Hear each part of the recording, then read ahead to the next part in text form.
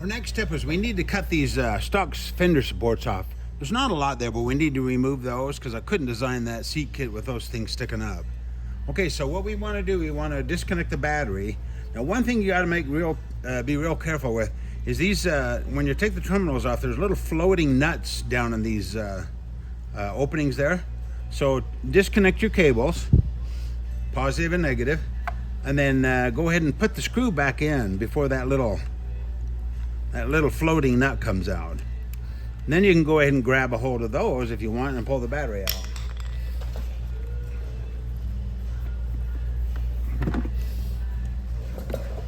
Now we need to remove this plastic battery tray. It's pretty simple. So what you do is you take these two screws out, one here and one here. And then to get to these front screws, you'll have to take the gas tank bolt out. Don't lose the washer. And you can lift that up. And then there's two screws down here. One there and one there. Take those out. And then the battery tray almost comes out. What we're gonna have to do, we're gonna have to release the one terminal on this relay. Okay, I've popped this cap off this relay.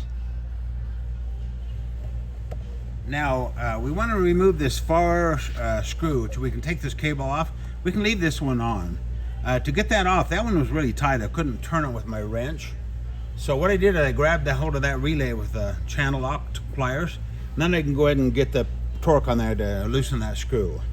And we'll take that screw out. And then we'll be able to slide the battery box out. I forgot to mention that we need to take this connector out before we can do it too. This connector is plugs into here. So what you do, you just give it a squeeze. I'll zero in on it here. You just squeeze this left side clip and it pulls out. Do that and then we should be able to get the battery box out. Okay, there it comes out now. So what we have to do is you have to lift up the tank and rotate this steel bracket over to the left side here. And then the battery box will come out.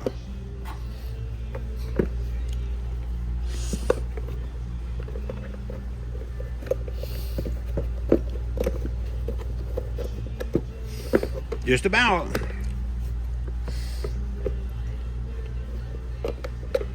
Got it. Now for the fun part. We've got to cut these off. So what I did is I laid a piece of masking tape along here so you can see where to cut. About even with that radius right there. And then start as close as you can to the weld and we'll just cut right down through there. Doesn't have to be exact, but mainly get it as close as you can this way. If it sticks out too far, it'll interfere with our pan. Let's start cutting. Okay, it's coming along pretty good. I've gone down, half an inch or more. I'm using just a cheap Sawzall. You could use a cutoff grinder wheel or a Sawzall, whatever you have.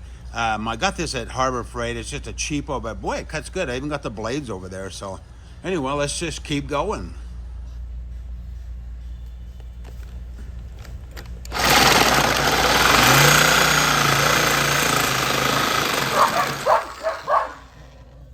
Dogs hate it. So whatever you do, be careful on the back side. Don't cut into this crossbar back there.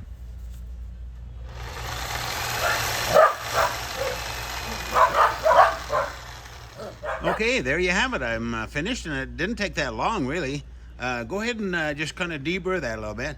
And you want to put a little paint on that bare steel a little bit to keep it from rusting. Our pan will cover the cuts so you won't see them.